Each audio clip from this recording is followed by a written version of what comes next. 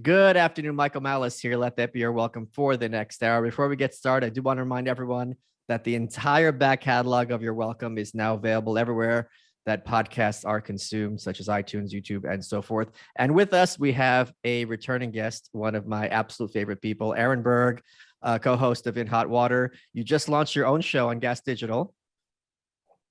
It's called Berg Space. Berg's Base. And also you just dropped your new comedy special, Standing Down, and we've got a lot to talk about. So you were with me at Compound Media, a place I miss very much. One of the few things I do miss about New York.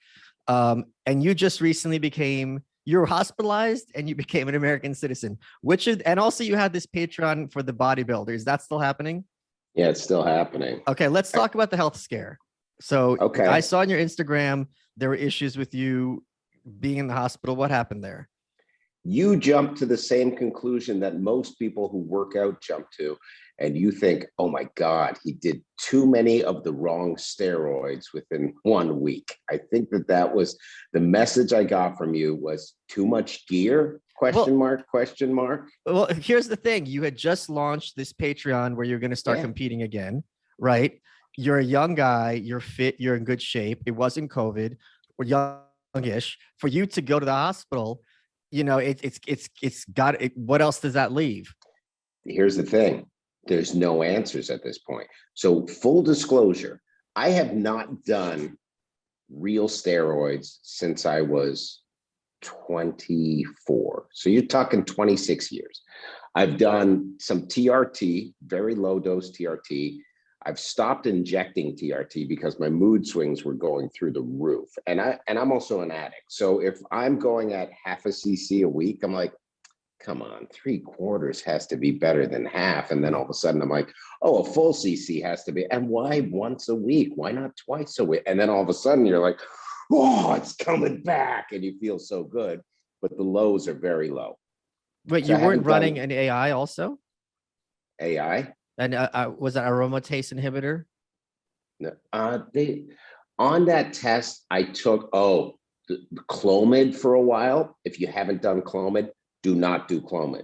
They have a thing called the Clomid crazies, and you take it, and it's just supposed to balance the estrogen levels out, and you feel awful. It's worse than doing like Dianabol, Anadrol 50. At the same time. Let me explain to people so men who do testosterone replacement therapy, which is increasingly common as men get older, when your body gets more testosterone, it compensates by spiking your estrogen, which leads to things like roid rage and mood swings and things like that. So very often doctors, in addition to TRT, will prescribe aromatase inhibitor to make sure that the estrogen levels are as level as the testosterone levels. Yeah. And it's very easy to forget about that sometimes. I think a lot of guys are like, oh, maybe take anastrozole or something.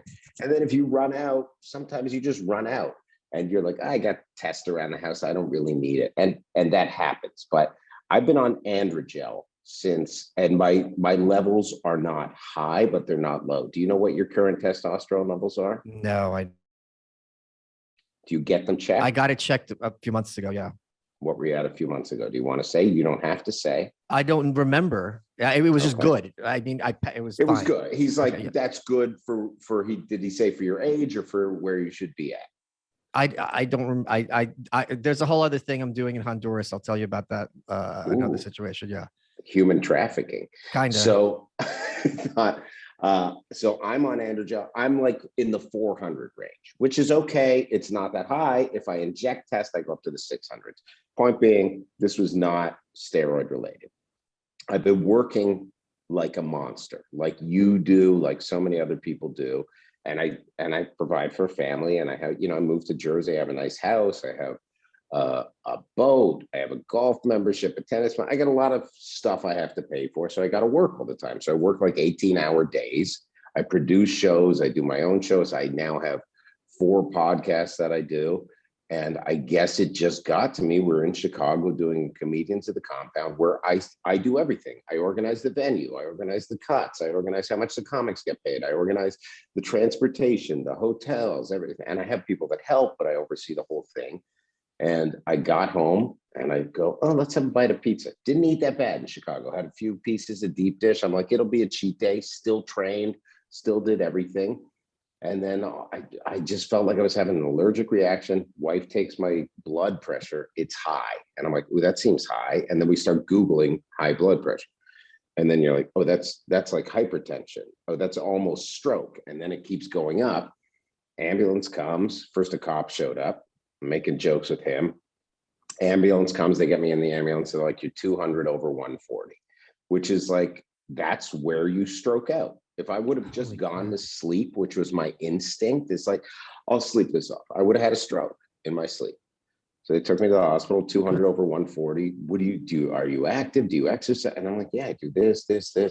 My diet's never horrible. Even when it's bad, it's not horrible because I still know I need protein to build muscle. I still know I need vegetable. It's better now, but I was in the hospital for 20 hours. They brought it down with some medication they put under my tongue that dropped my blood pressure. Then they're like, your cholesterol's a bit high, which makes sense. Eat a lot of red meat. I still was eating carbs. I wasn't as strict as you are with yours. You know, I was still in fuck around mode because I'm like, I'm going to do a contest. I'll do a cutting cycle of Primobolan and Winstrol once I get close enough. And that all I need for that is like 10 weeks out, 12 weeks out. I know how to get ripped. So I was still eating, trying to build, you know, I'm 185-ish. And I figure if I can step on stage at 155, that gives me a lot of wiggle room and I can come in really big and really cut. 155 for me is a lot. I used to compete at like 143 because I'm short. The funny thing about bodybuilding is also because when we were kids, like they would say the wrestlers are like 100 pounds bigger than they are. Like they say Randy Savage is like 6 foot 275, which if you see someone who's 6 foot 70, you that's like one person in New York is gonna have, I mean, just gigantic. So when you hear someone, what are you like my height around like 5'2", 155. Are you 5'2"? Just go with it, Aaron. Like, come on, go with it. But 155 doesn't sound like a big number. But if a guy is 155, like with ab veins, he's gonna look gigantic. Yeah, I'm telling you, this guy. Don't let me derail too much. But when I started bodybuilding, was at this gym called Pitbull Gym in Toronto, which I'm an immigrant. We'll get to that. Yeah, as are you. And there was this guy named Kevin Sensation, and he looked like 320. He was so, and had Superman tattoos and was just juiced, like his sweat. You could see steroids coming out of his sweat, and the skin looked so tight, and the legs were huge. And he was a stripper and had a very small penis, apparently. And then I started a rumor telling people that. And one night he was going to kick my ass at the Brass Rail strip club. He goes, you telling people I have a small dick and I'm gay? And I go, look, words get said. And so I was acting. You should have said, I never said you were gay.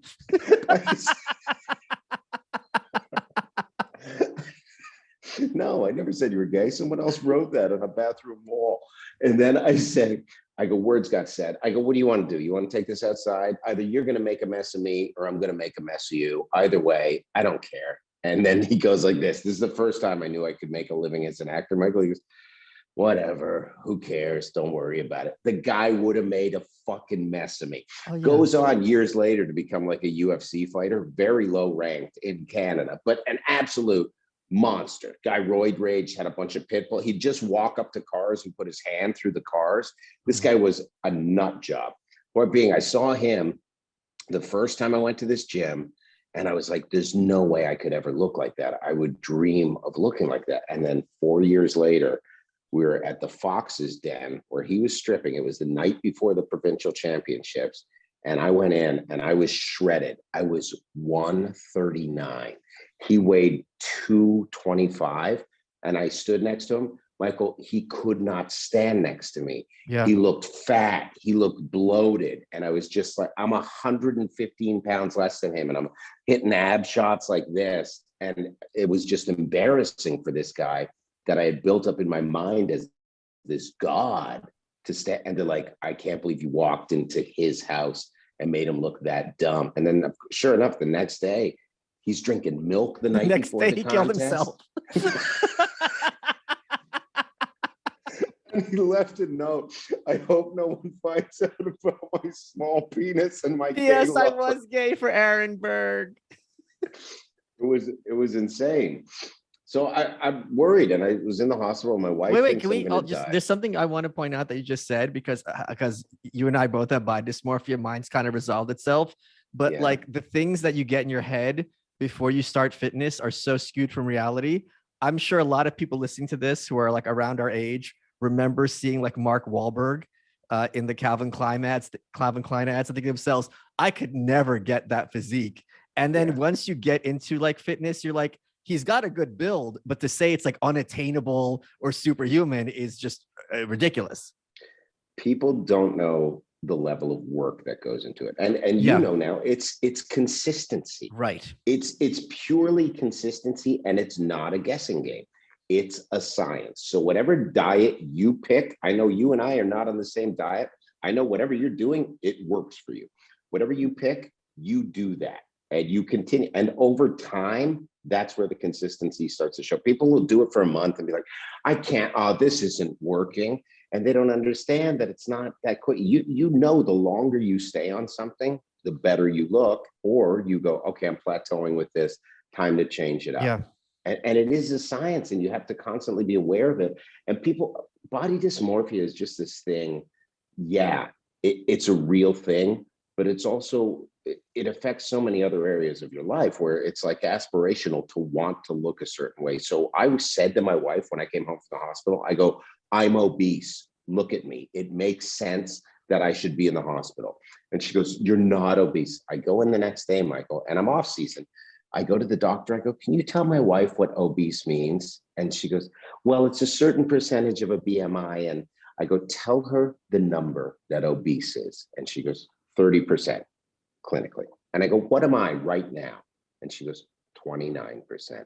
And I just looked at my wife so happy. Like, if I would have died right now, I would have been right.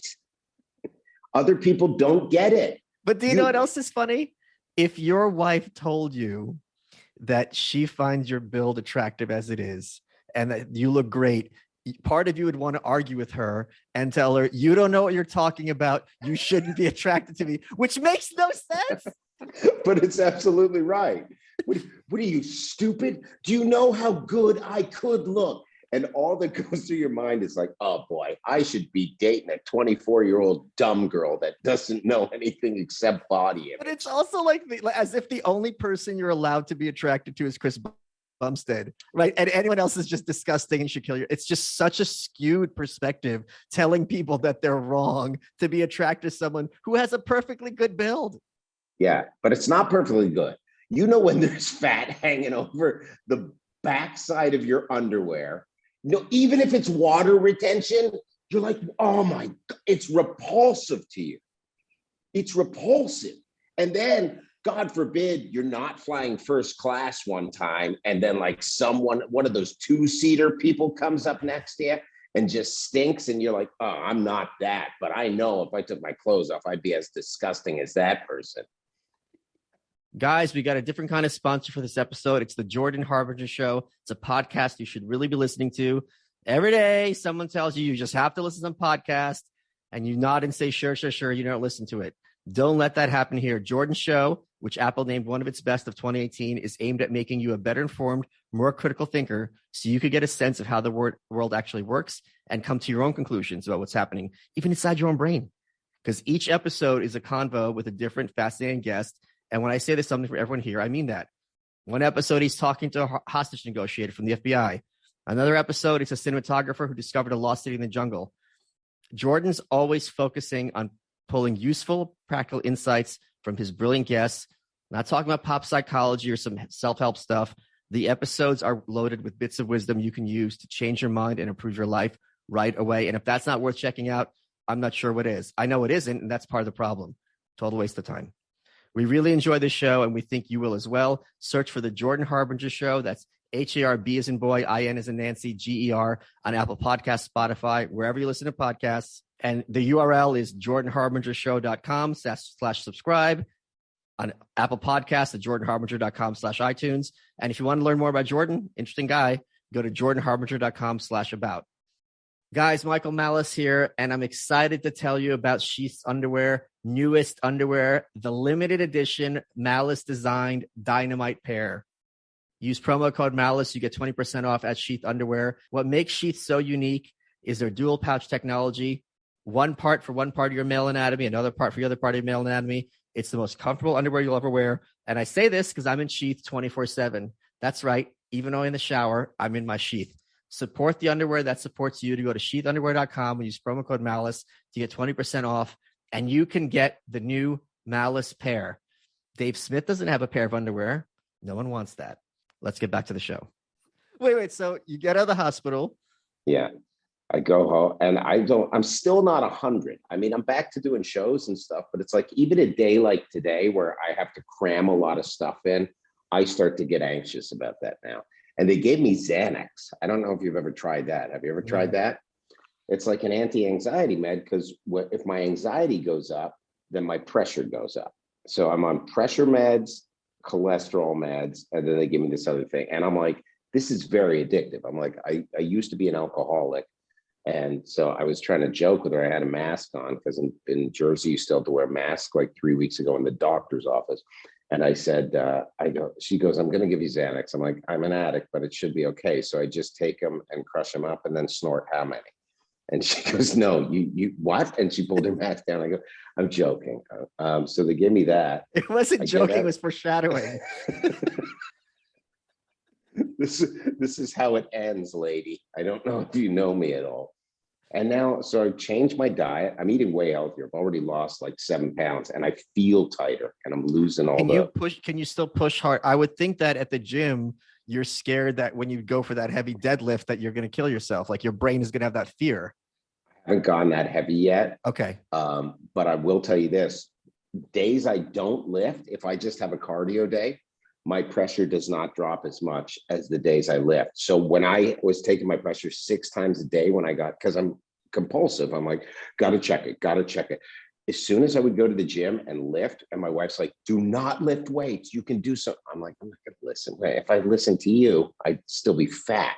Yeah. So I go and I lift and I come home and all of a sudden pressure's down to like real healthy numbers. Good. After lifting, not doing cardio. There's something about lifting and I'll tell you this, the lifts where I'm like, where I'm really going guttural and grunting, which a beast is supposed to do. You're not a beast if you don't grunt. You're just, you're posing. So like that. And then I come home and I'm like, ooh, all of a sudden I'm 107 over 70. That's wonderful. Okay. So that makes a big difference. And it's scary. And, my only bad habits were I smoked cigars a lot. I would smoke 2 cigars a day. But then the doctor's like, this isn't cigars. They're just like, there's something off here. And the doctor's like, once your pressure is good, you can smoke again. And I'll have like 1 a week. I tried to have 2 last week. I was like, I don't need this. I feel like an idiot now. So it's helping break those addictions. I think a wake up call like that, which you're not going to have one of, because you're in too good shape. You're just. I thought you were going to say, because I'm going to die in my sleep. You're not getting the wake up call. You will when you're 95. You're going to live that long.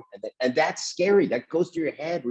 Because I went to the hospital and this did go through I'm like, I don't know if I'm dying, but I'm like, I could now. I wouldn't be miserable if I've lived a pretty good life. Yeah, but you're a dad. Come on. That's the only thing. Because I would love to leave my wife alone. Like just to have her be like, who pays all these bills? But then I was like, I got a daughter, so I got to get through this. And that's the only reason. But if you're single and you don't have kids, I think there's a point that you get to where maybe you're like, I wrote enough books, I did enough this. Maybe I don't need to keep going. Well, the thing is, getting into shape for a show is extreme stress on the body. I mean, because you're going to have unnatural levels of water, you're going to have unnatural levels of body fat. It's not, you're trying to hit that one day, everything's perfect. Then after that, you have your cheat meal and it flows back. But that's a big stress on the system. Is that something you've discussed with your doctor? I haven't yet, because I was at the point before this happened, I was trying to get HGH. So I was literally at the urologist getting my androgel refill. And I'm like, hey, I want to do a contest because I'm doing this Patreon show. And he's like, what's a Patreon? I was like, I need a new doctor. And I said, I need I want to get HGH because I heard good things. And he's like, well, that's more of an endocrinologist question. Or there's this place that'll probably just give it to you. And so you kind of Did you go to Dr. Nick? Oh, you're dangerously short. Let me give you HGH. Your forehead needs to be much longer and your fingers are too short for your frame.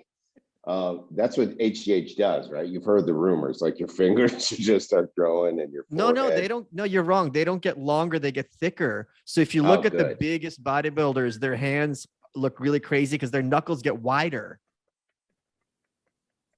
And they look like they're pregnant because they get roid gut. Their organs start growing. So their stomach from the side looks like a sphere. It's like a turtle shell. Yeah, you get really big and fat. So that's the point I was at. No, it's not fat. It's literally the organs sticking your abs out. Yeah. Distended. And it can't go back. Yeah. Look at Chris. Never. Was that Dave Palumbo, right? Oh, yeah. What do you think of Phil Heath? You think he was one of the best Mr. Olympias? Man, this is really on brand for my show. Talking about Phil Heath. Phil Heath was great. Yeah. You don't like Phil Heath? I don't get I think Phil Heath is great. I'm trying to get him on one of my other shows right now. I think you would love talking to him too. I think he's like a real pro-American type bodybuilder. But I also, not to derail, I watched that Ronnie Coleman documentary where he can barely walk. So for those who don't know, Ronnie Coleman is widely regarded as probably the greatest Mr. Olympia of all time, maybe second to Arnold. He had it like 6 or 7 times. And so strong. Yeah. And he where you get that quote, lightweight baby, that's from Ronnie Coleman. So now he can barely walk. He's on braces. They had a documentary about him going to the gym, but they also don't mention steroids even once. They just basically just don't even talk about it, which unless people are blue pilled, it's literally, and I'm not misusing the word, literally impossible to get to even a fraction of his size without running heavy doses of a lot of things. Yeah, a lot of things. I'm not worried about it. I'm gonna look, my health's gonna come first. Here's my thoughts on it. If I have to, I will do one of those really unmanly contests where you get to wear those long shorts on stage. Oh God, the men's physique. Aaron, I was on Rogan talking about this. Yeah. And Rogan didn't believe me. And I go, no, pull it up. Men's physique. They wear board shorts so you don't see their quads. It's the most like, what the hell am I? It's like beauty pageant. Like all bodybuilding is beauty pageants, but this is another level removed. This is just upper body and calves. People don't understand. If you don't work out, the legs are the toughest thing to get really good. This stuff can come, upper body can come if you just do it, but you're not going to have a huge physique without legs, and legs are the hardest. It's like you've just taken the hardest part of the equation. And you could probably just go out and like pose to California Girls or something by Katy Perry and just do a lot of tricep things and like that. I'm doing something. I'm getting on stage. It doesn't matter what. If I can't sauce even a little bit, I'll figure out a way. And I could compete clean. I just won't win. And I'll come top 3. And that's heartbreaking because then you see the guy that wins and you go, I could have beat him if I did sauce. So do you have your eyes set in a specific show when you're? It was October 12th in Teaneck, New Jersey is the one that I want to do. Okay. Is that like a pro qualifier or is it just one-off show? Yeah, it's like a NPC pro qualifier. But okay. I mean, I don't want to, I don't think at this point I want to go pro. There's too much going on in my life. And it's also not that easy. And once you do, look, I have friends that go pro and they just get buried in the system. Unless you're going to be placing top 10, I don't know what the point is. This guy, it could help with your promotional stuff and whatever. But it's just like I think it's just like a bucket list thing. You know what I mean? Like I don't think you're going to be you're a comedian, you're a host. Yeah. You're not ever going to be like a fitness celebrity. I want to do it to prove I can do it again. Yeah. And it's also the muscles get way more mature as the years progress. So the best contest shape I was ever in, I literally only trained for like 9 months, but I juiced real hard. And if I could have that now with like 30 years of muscle maturity on it, I feel like I could look really good. All right. So let's talk a bit about why you decided to, after all these years, become an American citizen. That was always my goal, was to become an American citizen. But when I was trying to get out of Canada, which took years, you would start doing comedy and you would suck at comedy. And I was always a dirty comic, and Canada didn't have a big dirty market. There was maybe 3 dirty guys, and they would not make good money. You're talking 60, 70 grand at the top. So your goal was to, I knew I would do better in New York because I looked at the comics that were in New York, and even the shitty dirty guys were making a couple $100,000 a year. So it's like, okay, if I can move there, then I can at least do that.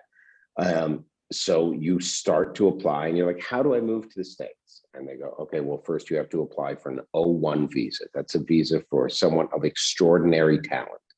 And yeah, I was that's the legal qualification. It says alien of extraordinary talent. Yeah. Yeah. I was a dick joke comic. So I'm like, how do I prove that my dick jokes are so extraordinary that I can go down to the United States? So you meet with a lawyer, like, okay, it's $1,200 to meet with us. Then they go, here's what you need. Here's the package. You're going to need letters from people in the business saying you're an extraordinary talent. You're going to need pieces of press. This is back when newspapers were a real thing, and you had to get someone from a big newspaper to discuss. So you had to get good enough at this and then make enough noise that you could collect a file. Newspaper articles saying Aaron Berg is the next big thing. I saw him at Yuck Yucks last night. And you build it up. You would get the people you knew in the business, and then you would get an O1 visa. That's probably $6,000. You move to New York on an O1 visa. If you come down illegally and you work, happen to a bunch of people, they flag you at the border, you're never allowed back. Wow. If they ask you, where are you going? I'm going to do stand-up in New York. I'm a stand-up. Oh, do you have papers? No, I was just going to go. I'm not getting paid though, whatever. And they go, nah. They send you home. I know comics that they're good enough to be here. They're not. Guys, it's 2022. Let's make this a great year. And what's going to make the year really great for your health and for your wallet is quitting smoking. I love being able to have Fume, F-U-M, as a sponsor because it's a great stopgap. A lot of people can't go cold turkey. This replaces the habit people have of that hand-to-mouth motion, that repetitive motion that smokers become addicted to. What is a Fume? It's a wood inhaler handcrafted in Canada to replace the cigarette or a vape. You insert one of their cores at the end. There's no smoke. There's no vape, no nicotine. It looks like a steampunk vape. If you head to breathefume.com/malice, breathefum.com/malice, use promo code malice, you get 10% off your order. You're going to save on cigarettes you aren't buying. You're not going to have to buy breath mints. Your teeth won't be as yellow when you save on your initial purchase of Fume. That's 10% off your entire order when you head to breathefum.com/malice and use code malice. Hey guys, You're Welcome with Michael Malice is brought to you by Progressive. What's one thing you'd purchase with a little extra savings? A weighted blanket, a good speaker, that new self-care trend you keep hearing about? Well, Progressive wants to make sure you're getting what you want by helping you save money on car insurance. Drivers who switch to Progressive save over $700 on average, and customers can qualify for an average of 6 discounts when they sign up. Discounts like having multiple vehicles in your policy. Progressive offers outstanding coverage and award-winning claim service day or night. They have customer support 24/7, 365 days a year. When you need them most, they're at their best. A little off your rate each month goes a long way. Get a quote today at progressive.com and see why 4 out of 5 new auto customers recommend Progressive. Progressive Casualty Insurance and Affiliates, national annual average insurance savings by new customers surveyed who saved with Progressive between June 2020 and May 2021. Potential savings will vary. Discounts vary and are not available in all state situations. Let's get back to the show. I come down with an O1. I was making maybe 80 grand a year in Canada. I had a loft, had a fiance, gave it up, jumped in the Jeep, left her there, drove down here to an 8x10 room with dead cockroaches on the floor in Astoria, Queens. I got the O1. They go, this is good for 2 years. I go, oh, I'll be a star in like a year. I'm not even going to need this. I just show up. Have you seen my delts? Once people see how great I am, I'm muscular, and I have this great 9-minute story about masturbating in front of 2 male strippers. No one's going to be able to touch me. I'm going to have an HBO deal. Literally thinking this. How old were you? This was 10 years ago. So you're like you're 40. You're just delusional. Holy shit. So delusional, but thinking it's a real thing. Thinking you literally like this chick with an acoustic guitar getting off the Yeah. Greyhound bus, like, I'm gonna be a star. I start going, and I'm like, all right, so it's New York. They're gonna shower me with riches. First few weeks, I'm fighting to get on bar shows. This goes on for a couple of years. Finally, get into a club. I'm making like $20 a spot at this club. And it goes on and on. I have to renew my O1 visa. That's another $6,000 because it runs out. I'm like, I should have been famous by now. So that's another $6,000, $12,000 down. Finally, stuff starts to happen. I go for an audition for Law and Order, playing this gay guy down on Chelsea Piers. I here's a gay bodybuilder with a very small dick. There's your karma.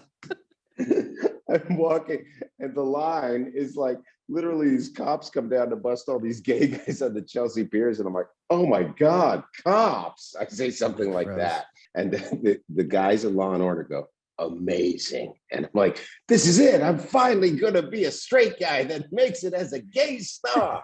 And then they go to cast me and they go, oh, we just need your green card to fill that out. And I go, oh, I don't have a green card. I have an O1. And they go, oh, that's NBC won't take that. You can't. So I got finally cast in like a real network show. And at that point in time, you're trying to get anything for a credit, like to get into these clubs. And if you're like, I was on Law and Order, even though it's not a comedy role, people are like, hey, he's been on TV, give him a shot. So I lost out on that. Then I'm like, Wow. Okay, I need a green card. Wait, hold on. When you were told this, were you not despondent? I was incredibly despondent. Yeah. I was very sad. I was like, oh, I had Law and Order. So I did what I went out. This is back when I used to drink, probably. So I went and drank a whole bunch of red wine and bitched about it to people. And then what happens when you leave Canada, all of a sudden your value in Canada goes up because you're in New York. So all of a sudden, I'm a big believer in that. If you say no to something or something else disappears, something bigger will happen.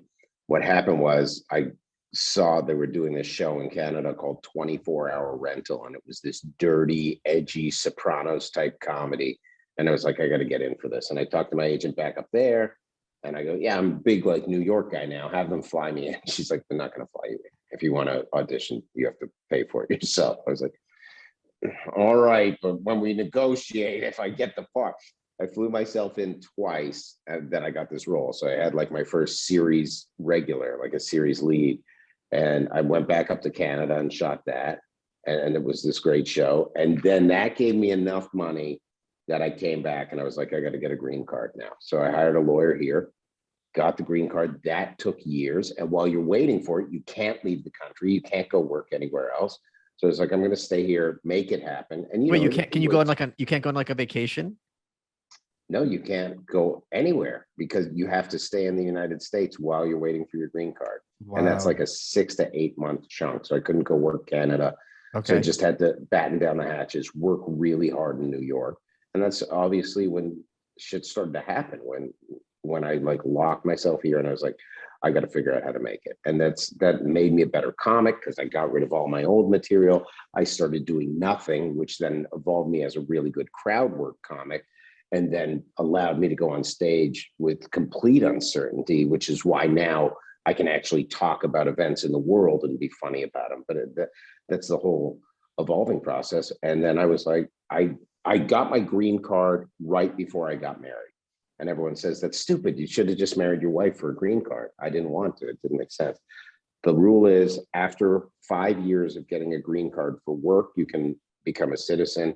Or if you get married, it's 3 years. So the system is broken where it's easier to do it if you just come in, fake marry a woman, and then go get it. It's faster than coming in, getting a real legit job, waiting 5 years. It's really weird. And then 5 years, I applied. They had me in for a test on Friday. You have to study 100 questions. Do you know those 100 questions? Ask me some of them. Let's see if I can get it. How good I do. Who was the president during the First World War? Wilson. Wow. You're one of the very few people that got that. What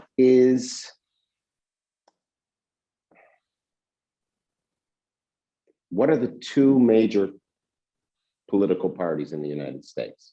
Republican and Democrat. Who is the current president of the United States? Jill Biden.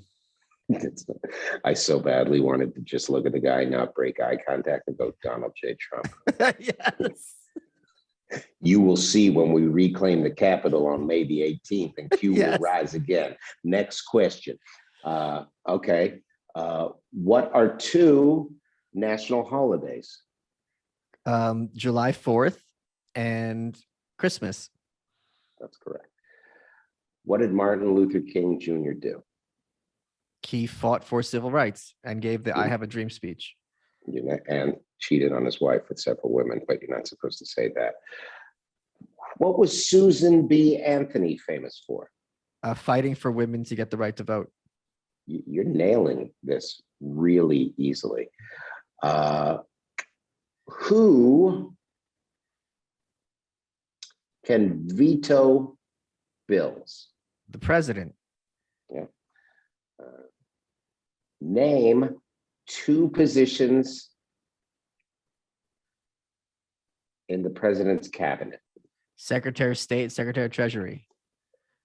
You know it all. There was So these are 100 those questions. level of questions. Yes, there was 100 questions. I knew 100 for 100. I studied them over and over. And then I went in, they bring you in.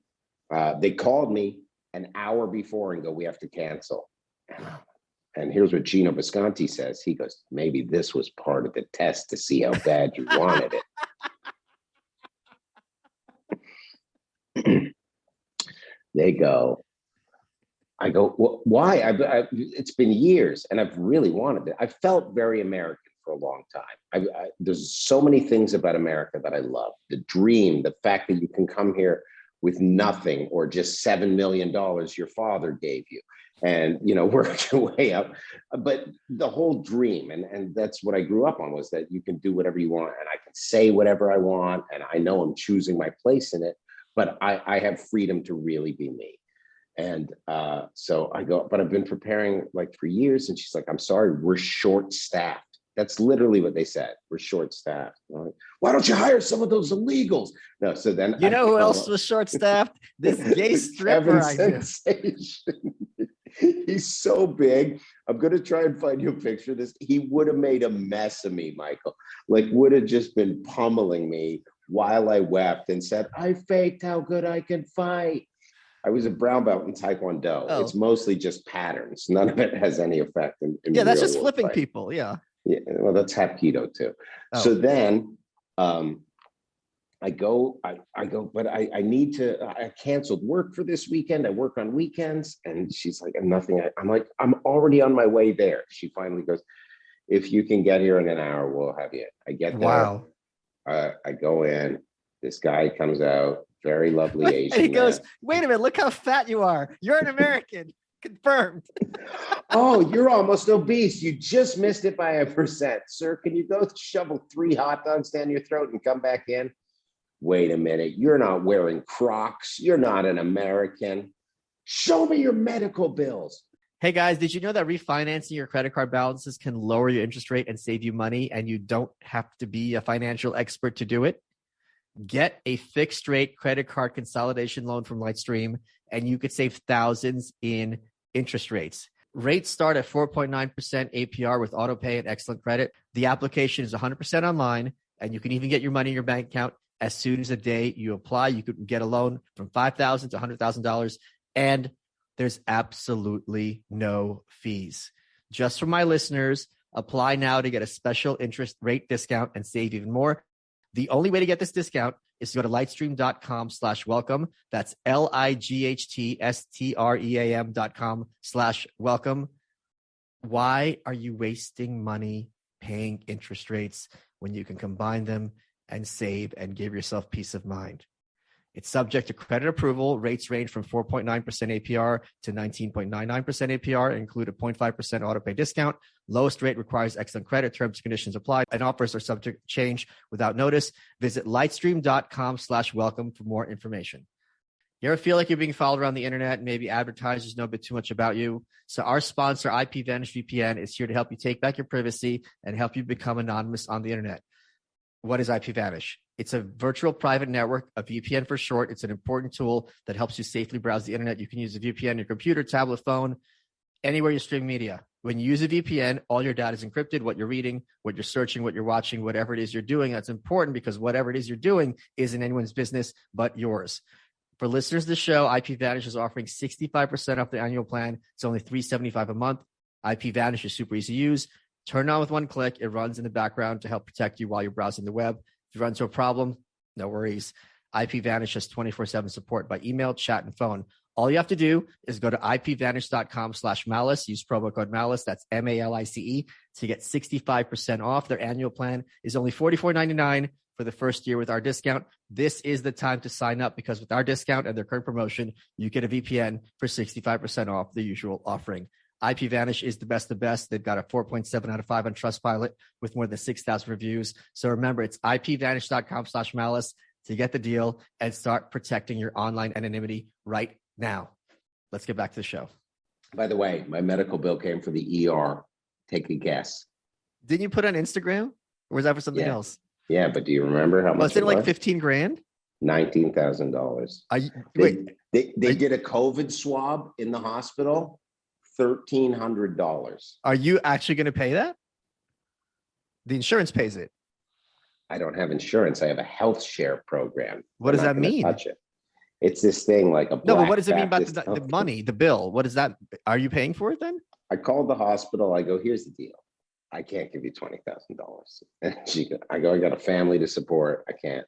She goes, if the health share doesn't cover it, realistically, you can tell us that you can't afford it. We'll probably charge you between $3,000 and $5,000. Wow. It's still a lot of money. Are we allowed to tell the Goyim these tricks?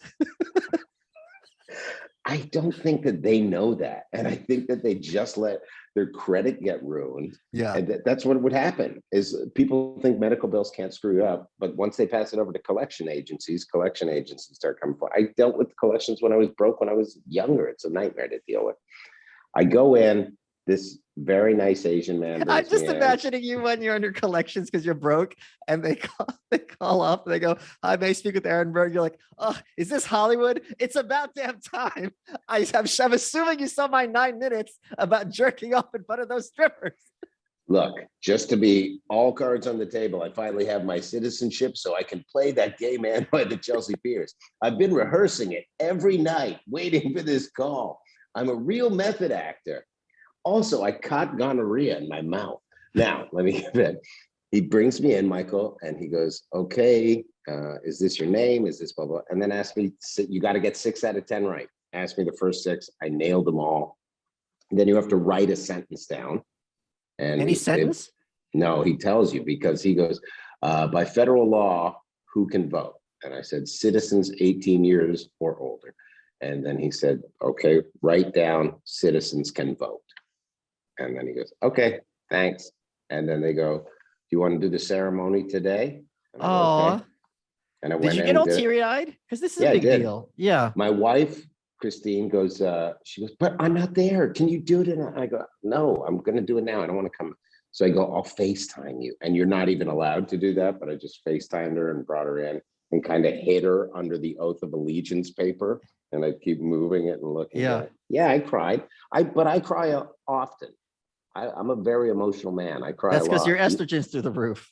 You think it's my estrogen? I got to get back on Clomid. Do you cry? I've been crying a lot writing this book because there's lots of things that are like children being driven to suicide and torture. And since this is like kind of where my family comes from, reading about this and also knowing it's been swept under the rug and I'm the one who's going to kind of bring it to public consciousness really does a number on you. Do you cry with your girlfriend? What do you mean? No. Like no, you can't ever let women see you weak. Like Russians don't do that. Like when you were raised in a Russian household, like if you cry in front of a woman, like that is the knives come out. Like they just think you're like the most disgusting on earth. Really? Oh yeah. It's so really you write the book and you just weep in a corner at your desk. I've been crying at the gym because like when I'm writing, like how it works is like I'll do 3 pages and then I leave some in the tank for tomorrow so I don't have writer's block. I don't give it 100% every time. So a lot of times that next day I'm writing through the next part in my head. So, when you're having a break in between sets, you're sitting there, my brain's musing, and I start thinking about what's coming up, and it gets to you. So for you, it's okay to cry in public in front of other men, but not to cry at home in front of the woman you love. I'm not saying okay or not. I'm just saying I was raised. That's what it is. It's not in public. I mean, it's not like I'm like weeping, whatever. I'm not openly sobbing, but it does get, yeah. You got Your the towel eyes there. Yeah. What's your gym like? Is it a good gym? I hate it. Why? I hate it. It's Gold's. It's just, there's one deadlift station, 2 squat racks, and it's always full, and they close at 7 on weekends. It sucks. So you have to go to a better gym. Well, yeah, but like I don't drive, so that's the whole situation. Yeah. How do you get around Austin without driving? Ubers. Oh man. Yeah. Worst things have happened. Wait, so how bad is New York right now? Because I haven't been back since August.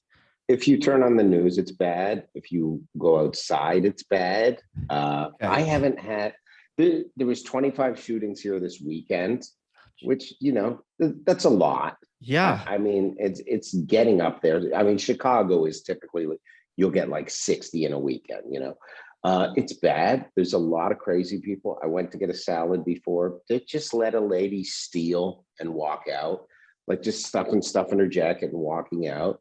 And I yelled out, which I do sometimes. I go, you're just letting people steal now? Is that what you're doing? And no one even looked at me. Yeah. And I don't know what she stole, but it's, no expression on their faces. It's like talking to cattle. I think that it's a thing now that you're allowed to steal. I know in San Francisco you're allowed to steal. I'm guessing here you're allowed to steal because it's very progressive. Right near our studio, which you remember, it's bad. Like they let a lot of people out of Rikers. When they let the people out of Rikers, they give them a bus card. They get on a bus. It goes to the train at the end of the line in Astoria, Queens. People then take that subway in, and it brings them to 34th or 42nd, or they take the bus in. So there's a huge concentration of people that just get out. They're not mentally well. A lot of these people these aren't just like criminals that are like, I'm broke, I'm going to hold somebody up. These people are not mentally well. They're all over the streets. So I know what jail's like. I've been inside Rikers. I know jail people. I know jail mentality. It's jail. Outside on the streets, the corner turns into like a cell block. There's just a jail mentality going around, but they have more freedom where they have access to drugs. They have a bit of access to money. And that's what it is. It's jail. I was walking down 8th Avenue. I used to bring my daughter into work once a week, and she'd come and just hang out with Luby. And now it's like, I'm not walking down 8th Avenue with my kid anymore. I'm not. It's just too, but I'm walking. This woman's got this bag, and she walks all close to me and just swings it at my shin. And it was like this metal ball in the bag, and just swung it at my shin, just some crazy woman. And I just bent, and I was like, you ever had something hit against your shin? Yeah, you know, of that course. pain? And I just bent down. I was like, son of a, and I just turned around and yelled, you. And I didn't know what else to do. And she's already gone down the street. And I'm like, this is what it is. So for a while, I would carry a knife into the city, but then you're like, am I really going to stab some? There was a time during COVID where you could just stab someone on the street and keep walking. Guaranteed. But it's not, I mean, I live in Jersey. When I come in at night, I drive in, I do my spots, I go home. I'm pretty street smart. And also, I'm not an Asian lady, so I don't feel that scared. But it's really bad for Asian people, I think. And the numbers of hatred on Asian crime have gone way up, and it happens a lot. And it's one community. Are the subways even more dangerous than they were over the summer? Because that's what I've been reading in the papers.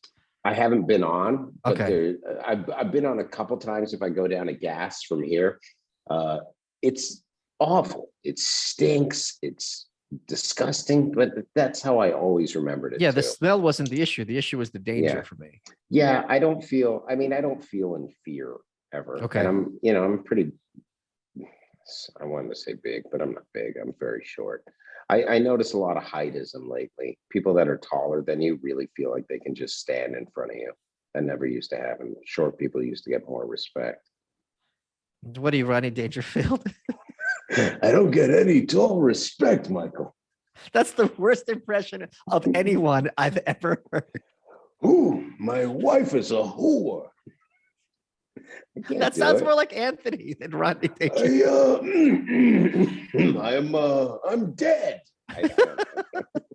All right. So what made you decide to launch your own new show? Is there drama with you and Gino, who's your co-host on In Hot Water? No, there's no drama, but I think Gino is part of what drew me to Gino was his runaway train nature of a brain.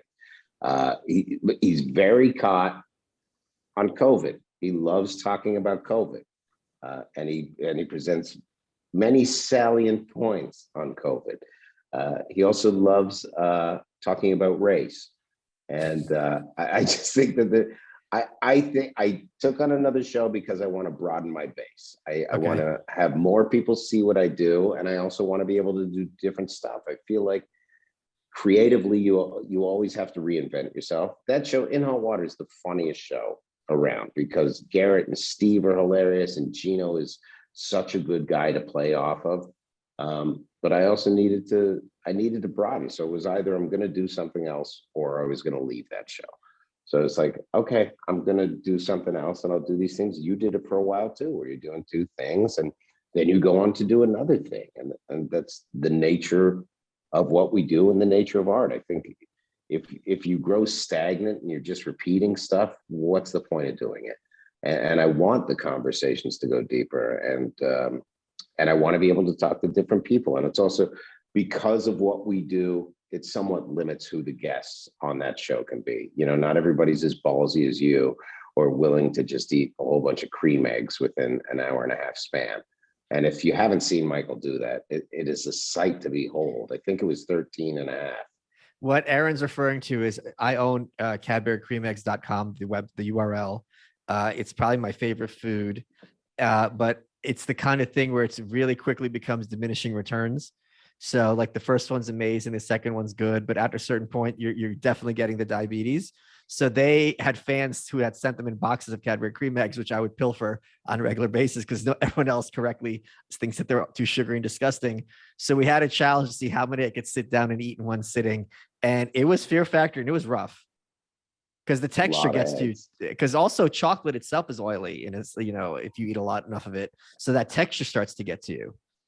This is Walk-Ins Welcome with Bridget Pettisy. I love hearing people's stories of resilience and grit. This is why I created this podcast. We are very excited to welcome Jim Gaffigan, Yasmin Mohammed, Glenn Beck, Tim Dillon, Abigail Schreier, Jeff Garland, Ayan Hirsi Ali, Sam Harris, Heather Hying, Jonah Goldberg, Ben Shapiro, Glenn Greenwald, Sarah Shahi, Colin Quinn. If there's a culture of victimhood, then let's tell stories of grit and survival. Subscribe and listen now on Apple Podcasts, Spotify, or wherever you get your podcasts. Let's get back to the show. What do you not know a lot about? Because you know a lot about a lot of things. Sports. What else? Dance. Just all kinds of dance. Yeah, but like there's a lot to know about dance, like the history of dance and different types of dancing and, you know, like opera, like anything like live theater. I don't know anything about. Broadway. Yeah, all that stuff. I hate it. I don't know. Studied a lot of it for my preparation of the role of gay guy on the piers. Yeah, I'm studying Broadway. Oh no. Look, just in a steam room all the time. I'm a modern day Liza. It's amazing to me. Do you feel like that's something that you want to learn about? Is dance ever in your life? No, I would like, so I have a lot of friends who there's something that drives me crazy is when people think modern art is all the same and it's all just like a triangle on a canvas. Whereas if you sat down with someone who knows about modern art for like an hour, you'd be able to understand what you're looking at. And a lot of it's really kind of clever and innovative, especially for its time. So yeah. I do think if someone sat me down and explained the history of dance, I could appreciate a lot more out of it. I do love like contemporary dance troupes, you know, shows where they're like doing all these flips and turning themselves into transformers. I love watching that because it's so joyous. But yeah, sports, I don't really care. I don't understand, and will never will, why I'm rooting for this group of 5 arbitrary people over this group of 5 arbitrary people when next year this guy who was on this team can be on that team. That's a good point. Some people love sports, Gino being one of them. Yeah, it seems like small talk to me. Do you think that you would ever be What is compelled... this? Your show now? What's going on here? What the hell's going on here? What are you was doing? showing Go you ahead. I'll why give you I'm one more cringing. question. Go ahead, Mr. Berg. Would you ever be compelled to do some type of physical competition?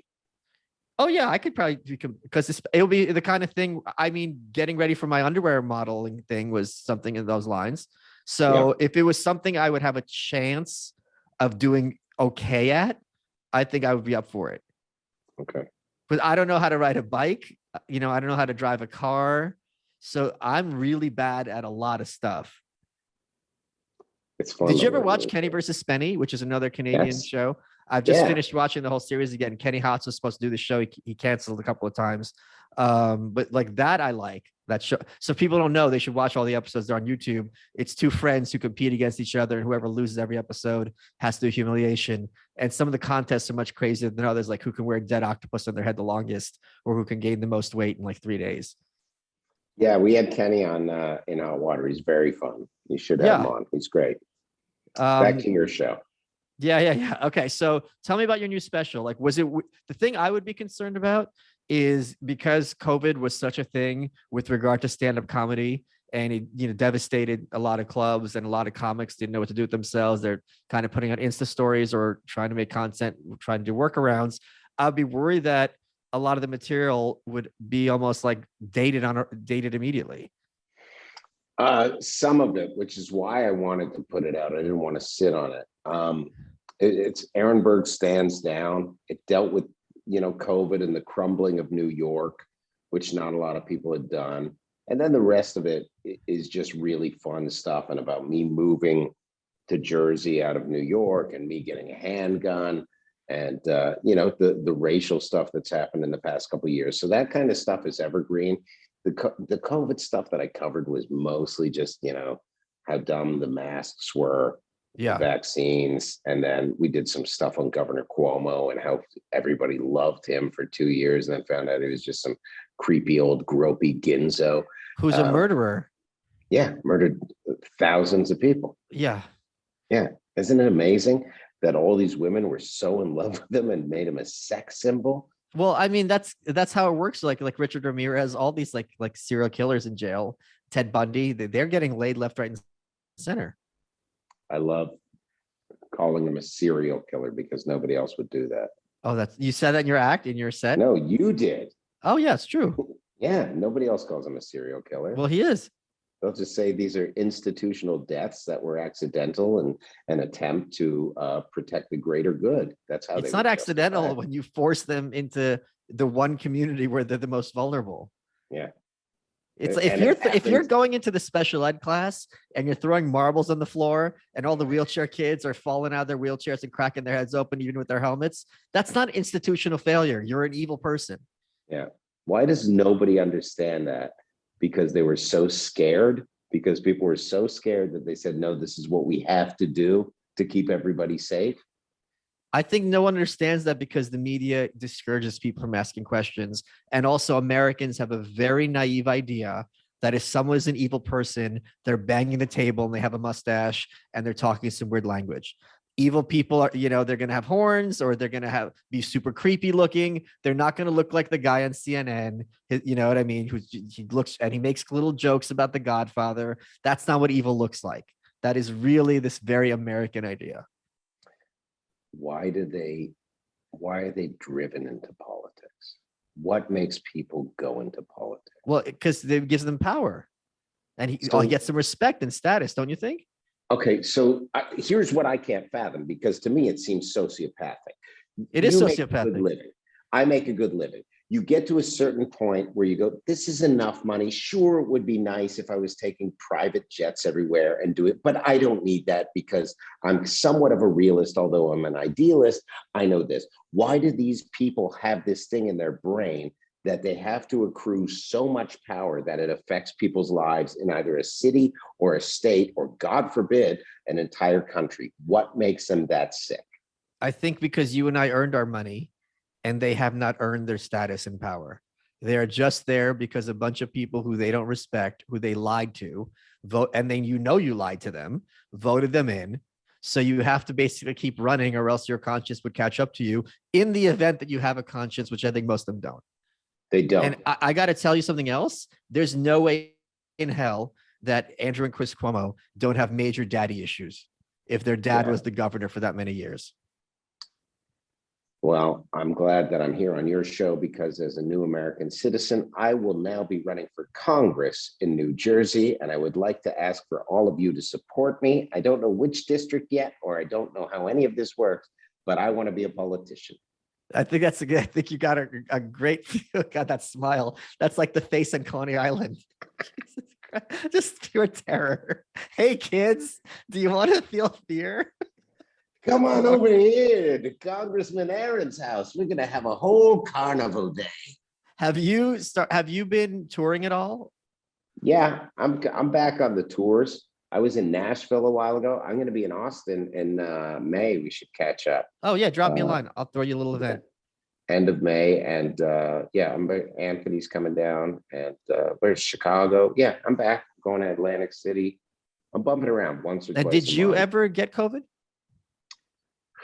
Never tested positive for it, but did test for coronavirus in the emergency room. And then my wife yelled, "He has COVID," and they said, "No, coronavirus. It's a different one." Wait, what? It's not. Yeah. Oh, different number. Okay. Yeah, not COVID-19. And there's a new variant hitting New York right now. I just heard this morning. Oh, did you? Why? Did you hear this? Is the Ukraine thing over? Is that no? I guess the Ukraine thing didn't get enough viewers. So they're like, okay, back to the reruns. Did you not hear this? That this morning there was a thing that's spiking in New York. I'm looking on Drudge right now. I never want people to get shots again. You never got vaccinated, did you? I don't ever talk about that because I want people to assume the worst in either situation. Oh, I wish I would have done that. I got Johnson. Here we go. New York City COVID. It is called BA2. Have you not heard of this? No. There's a BA2 variant, and it's up to 10% in the last week. It's gone up. Oh, and what is it? Sniffles like the last one, or is it? I don't really know what it is, but it's hitting New York right now. So enjoy. Have fun in your hellhole. I will. Yeah, you think they'll lock down again? Are they going to lock I hope down? So. I so hope bad. So. Look, I love Texas. I was down in Dallas. I like Austin. The downtown is a little bit of a ooh. I did not want to walk from the Vulcan Gas Company back to the Hilton by myself. When was this? 6:30. Last May we were there. It's very different now. I agree with you. I had to take an Uber to walk to go like a few blocks downtown. I think it was August or before that, or October before that, because it was there were literally 10 people on the street. They're all junkies. Now it's completely fine. Oh, okay. It's bustling. Yeah. I'll be back there the last weekend of May, and I'm going to do Alex Jones's show, and hopefully we'll hang out. You should come out to the show. You'd be such a welcome surprise guest. People miss you a lot. Is that my welcome? Yeah, you're welcome. Aaron, we're running out of time. What has been your favorite part of this interview? Watching you laugh always brings me so much joy. And then talking real inside bodybuilding, Mr. Olympia baseball, where nobody else has any idea about it. And then you have to step out of being yourself and explain yourself to your viewers. That makes me happy. You are welcome.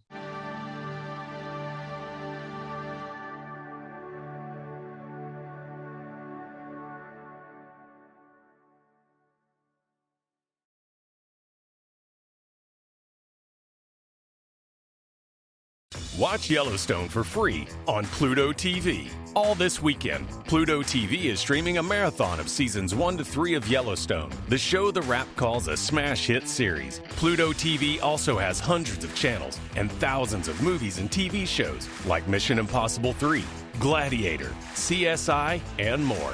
Absolutely free. So download the free Pluto TV streaming app and watch Yellowstone seasons 1 to 3 free.